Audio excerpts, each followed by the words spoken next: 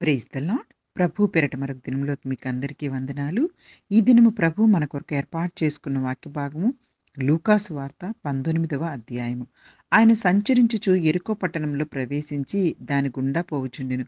ఇదిగో సుంకపు గుత్తదారును ధనవంతుడైన జక్కయ్య అని పేరు గల ఒకడు యేసు ఎవరో అని చూడగోరెను గాని పొట్టివాడైనందున జనులు గుంపు కూడి ఉండటం వలన చూడలేకపోయాను.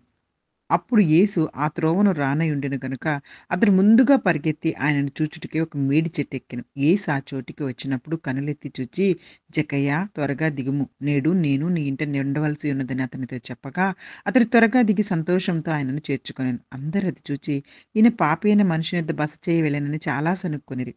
జక్కయ్య నిలువబడి, ఇదిగో ప్రభా, నా ఆస్తిలో సగం బీదలకు ఇచ్చుచున్నాను. నేనెవని యొద్దనైనను అన్యాయంగా దేనినైనా తీసుకొని యెడల అతనికి నాలుగంతల వరకు మరలా చెల్లింతునని ప్రభువుతో చెప్పెను. అందుకు యేసు, ఇతడును అబ్రహాము కుమారుడే. ఎందుకనగా నేడు ఇంటికి రక్షణ వచ్చి ఉన్నది. నశించిన దానిని వెతికి రక్షించుటకు మనుష్య కుమారుడు వచ్చెనని అతనితో చెప్పెను. వారి ఈ మాటలు వినుచుండగా తాను యెరూషలేమునకు సమీపమున ఉండుట వలనను దేవుని రాజ్యం వెంటనే అగుపడునని వారు తలంచుట వలన ఆయనకు మరియొక ఉపమానం చెప్పెను. ఏమనగా, రాజకుమారుడు ఒక రాజ్యం సంపాదించుకొని మరలా రావాలని దూరదేశమునకు ప్రయాణమై తన దాసులను 10 మందిని పిలిచి వారికి 10 మీనాలిచ్చి నేను వచ్చే వరకు వ్యాపారం చేయడని వారితో చెప్పెను. అయితే అతని పట్టణస్థులు అతన్ని ద్వేషించి ఇతడు మమ్మునేలుట మాకిష్టం లేదని అతని వెనక రాయబారం పంపిరి. అతడు ఆ రాజ్యం సంపాదించుకొని తిరిగి వచ్చినప్పుడు ప్రతి వాడును వ్యాపారం వలన ఏమేమి సంపాదించినో తెలుసుకొనుటకై తాను సొమ్మిచ్చిన దాసులను తన యొద్దకు పిలువమని ఆజ్ఞాపించెను. మొదటి వాడు ఆయన ఎదుటకు వచ్చి, అయ్యా, నీ మీనా వలన 10 మీనాలు లభించినని చెప్పగా అతడు, భలా మంచి దాసుడా, నువ్వు ఈ కొంచెంలో నమ్మకముగా ఉంటివి కనుక 10 పట్టణముల మీద అధికారివై ఉండునని వానితో చెప్పెను. అంతటా రెండోవాడొచ్చి, అయ్యా, నీ మీనా వలన 5 మీనాలు లభించిననగా అతడు, నీవును 5 పట్టణముల మీద ఉండువని అతనితో చెప్పెను. అంతట మరొకడొచ్చి, అయ్యా, ఇదిగో నీ మీన, నువ్వు పెట్టిన దానిని ఎత్తుకొని వాడవు, విత్తిన దానిని కోయువాడవునైన కఠినుడవు గనక నీకు భయపడి దీనిని ఇదిగో కుమారులు కట్టి ఉంచితినని చెప్పెను. అందుకతడు, చెడ్డ దాసుడా, నీ నోటి మాటను బట్టియే నీకు తీర్పు తీర్చుదును. నేను పెట్టిన దానిని ఎత్తువాడను, విత్తిన దానిని కోయువాడనైన కఠినుడని నీకు తెలిసిండగా నీవెందుకు నా సొమ్ము సాహుకారుల యొద్ద ఉంచలేదు? అట్లు చేసిన ఎడల నేనొచ్చి వడ్డీతో దానిని తీసుకుందునే అని వానితో చెప్పి వీని యొద్ద నుండి ఆ మీనా తీసివేసి 10 మీనాలు గలవానికి ఈడని దగ్గర నిలిచిన వారితో చెప్పెను. వారు, అయ్యా, వానికి 10 మీనాలు కలవే అనిరి. అందుకతడు, కలిగిన ప్రతి వానికిని ఇయ్యబడును, లేని వాని యొద్ద నుండి వానికి కలిగినది తీసివేయబడని మీతో చెప్పుచున్నాను.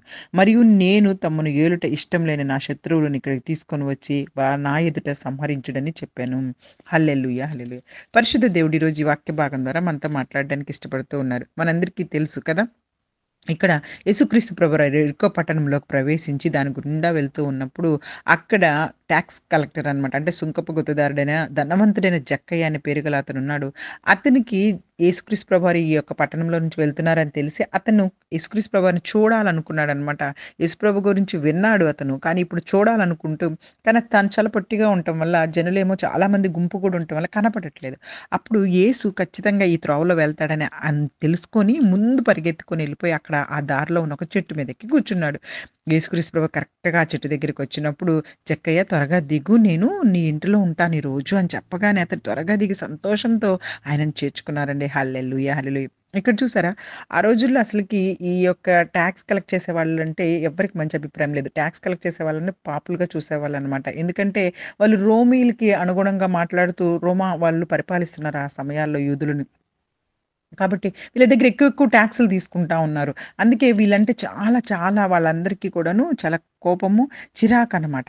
కానీ ఇక్కడ జక్కయ్య గారు కూడా అదే పరిస్థితిలో ఉన్నారు కాబట్టి జక్కయ్యని అందరూ చాలా పాపి, పాపి అనుకుంటూ ఉన్నారనమాట. అయితే అదే సమయంలో ప్రభువైన క్రీస్తు వారు, "జక్కయ్య, నువ్వు దిగు, నేను నీ ఇంట్లో ఉండవలసింది" అనగానే జక్కయ్య సంతోషంతో యేసుక్రీస్తు ప్రభువారిని చేర్చుకున్నారు. ఈరోజు గొప్ప విషయం ఏంటి అంటే, జక్కయ్యలో మారుమనసు రావడానికి కారణం ఏంటంటే, దేవుడు నేను నీ ఇంట్లో ఉంటాననంగానే సంతోషంతో అంగీకరించినటువంటి ఆ హృదయాన్ని దేవుడు చూస్తా ఉన్నారు. ఈరోజు మన హృదయాలతో కూడా అనేకమైన మాటల ద్వారా దేవుడు మాట్లాడుతూ ఉన్నారు కానీ, నువ్వైతే దేవుడిని నీ హృదయంలో, నా హృదయంలో చేర్చుకోవడానికి ఇష్టపడట్లేదేమో. ఒక్కసారి మనల్ని మనం పరిశీలించుకోవాలి.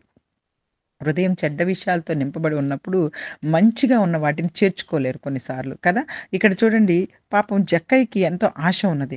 ఆ ఆశని దేవుడు గమనించాడు. ఇంకా చుట్టుపక్కల మనుషులేమనుకుంటున్నారంటే, ఈయన పాపైన మనుషులతో బస చేయి వెళ్ళినని చాలా సనుక్కున్నారంట. అయితే వెంటనే జక్కయ్యలో మారుమనసొచ్చేసిందండి. ప్రభు ఎప్పుడైతే తన హృదయంలోకి, తన ఇంటిలోకొస్తానన్నారో, వెంటనే చూడండి ఈరోజు మన జీవితాల్లో కూడా ప్రభువుని హృదయంలో చేర్చుకుంటే మారుమనసు రావాలి. ఊరికే నేను ప్రభువుని అంగీకరించాను అని బయటికి చెప్పడం కాదు కానీ, ఇక్కడ క్లియర్‌గా మనకి యాకోబు గారు రాసిన పత్రికలో కూడా మనకు తెలియపరచబడి ఉంటుందనమాట. నీ క్రియలు కనపడాలి. యాకోబు గారు రాసిన పత్రిక 2 అధ్యాయం 18 వచనం. నువ్వు విశ్వసిస్తున్నప్పుడు నీ క్రియలు కనపడతాయి. మంచిగా మారిన విధానం మనకి తెలిసిపోతుంది. ఇక్కడ జక్కయ్య కూడాను ఏమంటున్నాడంటే, నా ఆస్తిలో సగం బీదలకిస్తాననిగా. నేను ఎవరికైనా అన్యాయంగా తీసుకుంటే 4 వంతులు చెల్లిస్తానని ప్రభువుతో చెప్తున్నాడండి. ఇది పాత నిబంధన గ్రంథంలో రాయబడి ఉంటుందనమాట. స్పష్టంగా గూడాను. నువ్వెవరి దగ్గరైనా అన్యాయంగా తీసుకుంటూ వారికి నాలుగంతలు చెల్లించాలన్న విషయాన్ని వెంటనే జక్కయ్య జ్ఞాపకం చేసుకొని, ఆస్తిని సగం బేదలకిచ్చేసాడంట. వెంటనే అన్యాయంగా ఎవరి దగ్గరైతే టాక్స్ కలెక్ట్ చేశాడో వాళ్ళందరికి నాలుగంతలు చెల్లించేశాడంట. వెంటనే యేసుక్రీస్తు ప్రభువారు ఇత్తడు అబ్రహాము కుమారుడు. ఎందుకంటే ఈరోజే ఈ ఇంటికి రక్షణొచ్చున్నది. నశించిన దాన్ని వెతికి రక్షించుటకు మనుష్య కుమారుడు వచ్చెనని చెప్పారు. కరెక్టే కదా! ఎంత చక్కగా నశించిపోతున్నటువంటి ప్రతి ఒక్కరిని రక్షించడానికే ప్రభువైన యేసుక్రీస్తు వారొచ్చారు. ఆయనను చేర్చుకో, మన హృదయాల్లో మారు మనసు తెచ్చుకోవాలని క్లియర్‌గా ఈ యొక్క ఉపమానం ద్వారా పరిశుద్ధాత్మ దేవుడు మనతో మాట్లాడుతున్నారు. అయితే ఈ మాటలు మాట్లాడుతూ యెరూషలేముకి సమీపంగా ఉండటం వల్ల అక్కడున్నోళ్ళందరూ ఏమనుకుంటున్నారంటే ప్రభువైన క్రీస్తు వారు దేవుని పరలోక రాజ్యం సమీపించింది అని చెప్తూ ఉంటే, దేవుని రాజ్యం ఎలాగా ఇక్కడికి ఇప్పుడే వచ్చేసి అంటే ఎట్లా ఆగపడుతది అని చెప్పేసి అందరూ అనుకుంటున్నారని ప్రభువైన క్రీస్తు వారు ఇక్కడ ఇంకొక మంచి ఉపమానాన్ని కూడా చెప్పారు. రాజకుమారుడొకడు రాజ్యం సంపాదించుకొని మరలా రావాలని దూరదేశానికి ప్రయాణమై తన దాసులను పిలిచి వారికి 10 మీనాలిచ్చి నేను వచ్చే వరకు వ్యాపారం చేయని చెప్పారు. మనకు తెలుసు కదా! రాజకుమారుడు అంటే ఎవరు? మన యేసుక్రీస్తు ప్రభువారే. వచ్చి సంపాదించుకున్నారు. ఇక్కడ ఉన్నటువంటి మనందరిని కూడా ఆయన రక్తం ద్వారా సంపాదించుకొని మరలా వెళ్లారు. మరలా వస్తానని చెప్పారు. ఇదిగో రెండో రాకడలో వచ్చే సమయానికి మనందరికీ కూడాను కొన్ని తలాంతులనిచ్చారు. అయ్యే మీనాలంటే అన్నమాట. 10 మీనాలిచ్చారు. ఇప్పుడు చూడండి ఒక్కొక్క మొదటి వానికిచ్చినటువంటి మీన. అంత అంటే మీన అంటే తలాంతులనమాట. మనకిచ్చినటువంటి మంచి తలాంతులు. అతన్ని పిలిచాడనమాట. "ఇదిగో నీకు ఒక మీనా ఇచ్చాను కదా! ఏం చేశావు?" అని చెప్పేసి అడిగినప్పుడు అతనేమంటూ ఉన్నాడంటే, "ఇదిగో అయ్యా! నువ్విచ్చినటువంటి మీనాల్లో 10 మీనాలు లభించిందని చెప్పగా బలా మంచిదసట." అంటే నీకిచ్చినటువంటి ఒక్క దేవుడిచ్చినటువంటి ఆ వరముతోటి దేవుడిచ్చినటువంటి ఆ యొక్క అద్భుతమైనటువంటి వరముతోటి 10 మందిని సంపాదించాడు దేవుని కొరకు. దేవుని యొక్క రాజ్యం కొరకు 10 మందిని సంపాదించాడు. వెంటనే దేవుడు చూడండి అక్కడ ఎంత చక్కగా తెలియపరుస్తూ ఉన్నారు. 10 పట్టణముల మీద నువ్వు అధికారిగా ఉండు. నమ్మకమైనటువంటి దాసుడివి నువ్వు. మంచి దాసుడా అని పిలుస్తూ ఉన్నారనమాట. హల్లెలూయా! హల్లెలూయా! మరి చూడండి ఒక్క మీనాకి 10 మీనాలు సంపాదించినటువంటి ఆ వ్యక్తికి దేవుడు 10 పట్టణాలనిచ్చే ఉన్నాడు. మరి ఈ దినం మనకు కూడాను నీకిచ్చిన తలాంతులతో, నీకిచ్చినటువంటి ఇదిగో గొంతుతోటి దేవుని స్తుతించగలుగుతున్నావా? నీకిచ్చినటువంటి ఆస్తితోటి ఎవరికైనా పేదలకు సహాయం చేయగలుగుతున్నావా? నీకిచ్చినటువంటి వాక్య పరిచర్యలో వాక్యంతోటి ఎవరినైనా దేవుని దగ్గరికి తీసుకురాగలుగుతూ ఉన్నావా? ఎవరైనా సరే దేవుని రాజ్యంలో నువ్వు చేర్చటానికి ఏమి నీకిచ్చినటువంటి తలాంతును ఉపయోగించుకుంటూ ఉన్నావు. నీ మంచితనంతో, నీ మాటతోటి దేవునిని పరిచయం చేసే వ్యక్తులుగా నువ్వు ఉంటున్నావా లేవా? ఇదిగో దేవుడు రెండో రాకడ వస్తున్నారు. వచ్చినప్పుడు ఖచ్చితంగా ఇవన్నీ మనల్ని అడుగుతారు. రెండవ దాసుడిని కూడా పిలిచారు. నీ మీనా వల్ల నువ్వేం చేసావు అన్నప్పుడు అతను కూడా నేను 5 మీనాలు తీసుకొచ్చానయ్యా ఒక్కదానికి అంటున్నాడు. అంటే 5 పట్టణముల మీద అధికారిగా ఉండు అని దేవుడు మెచ్చుకుంటూ ఉన్నారనమాట. ఎంత అద్భుతమైనటువంటి సంఘటన ఇక్కడ జరుగుతూ ఉందో చూడండి. హల్లెలూయా! హల్లెలూయా! అయితే ఇక్కడ ఒక మీనా అతనేమంటూ ఉన్నాడంటే, "అయ్యా! నువ్వు చాలా కఠినుడు అని చెప్పేసేసి నువ్వు మళ్ళా ఇదెందుకిలా చేసావు అంటావేమోనని నేను దీన్ని జాగ్రత్తగా కట్టి రుమాల్లో కట్టి దాచిపెట్టానని చెప్తూ ఉన్నాడనమాట. అందుకు దేవుడేమంటున్నారంటే, "చెడ్డ దాసుడా! నీ నోటి మాటను బట్టే నీకు తీర్పు తీర్చింది. నేను పెట్టిన దాన్ని ఎత్తువాడిని ఒకవేళ ఎత్తిన దాన్ని కోయువాడిని అయితే కఠినుడని అయినప్పుడు నువ్వెందుకు అట్‌లీస్ట్ నీకు చేత కాకపోతే ఇతరులకన్నా ఇస్తున్నట్టయితే నేను వాళ్ళ దగ్గర నుంచైనా సరే వాళ్ళైనా సంపాదించేవారు కదా!" అని చెప్పేసి ఇప్పుడు ఇతనిది కూడా తీసి కలిగినటువంటి ఆ 10 మీనాలు కలిగిన వానికి ఇచ్చేయండి అన్నారు. అప్పుడు వాళ్ళందరూ అక్కడేమంటున్నారంటే, అయ్యా! ఆయనకు ఆల్రెడీ 10 ఉన్నాయి కదా! 10 ఉన్నాయి కదా! అంటున్నారు. అప్పుడు దేవుడేమంటున్నారంటే కలిగిన వానికే ఇయ్యబడుతుంది. ఏం కలిగిన వానికి ఇవ్వబడుతుందంటే ఈ లోకంలో ఉన్న ఆస్తులు కాదు. మళ్ళా అదే ఆస్తులు తిరిగి ఇస్తానని చెప్పట్లేదు దేవుడు. బాగా ఆస్తులున్నోళ్ళకి ఇంకా ఆస్తులు ఇస్తానని చెప్పట్లా. దేవుని యొక్క పని మీద ఆసక్తి కలిగిన వారికి ఇంకా అధికమైనటువంటి ఆశీర్వాదాలు, అధికమైనటువంటి పనిని అనుగ్రహిస్తాడు. వాళ్ళని దేవుడు వాడుకోవడానికి ఇష్టపడుతూ ఉంటారనమాట.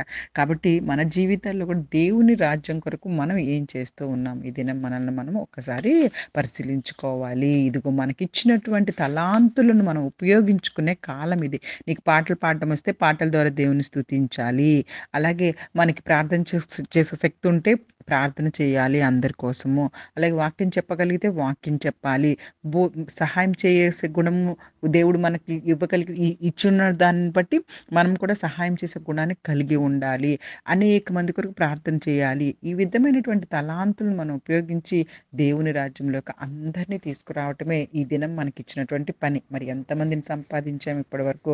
ఒక్కసారి మనల్ని మనం పరిశీలించుకోవాలి. తప్పకుండా దేవుడు మరలా తిరిగొస్తారు. ఖచ్చితంగా లెక్క అడుగుతారు. ఆ లెక్కలో మనమందరం ఉండగలగాలని కోరుకుంటూ ఇచ్చిన ఈ వాక్య భాగాన్ని దేవుడు ఆశీర్వదించి దీవించును గాక. Amen. Amen. God bless you all.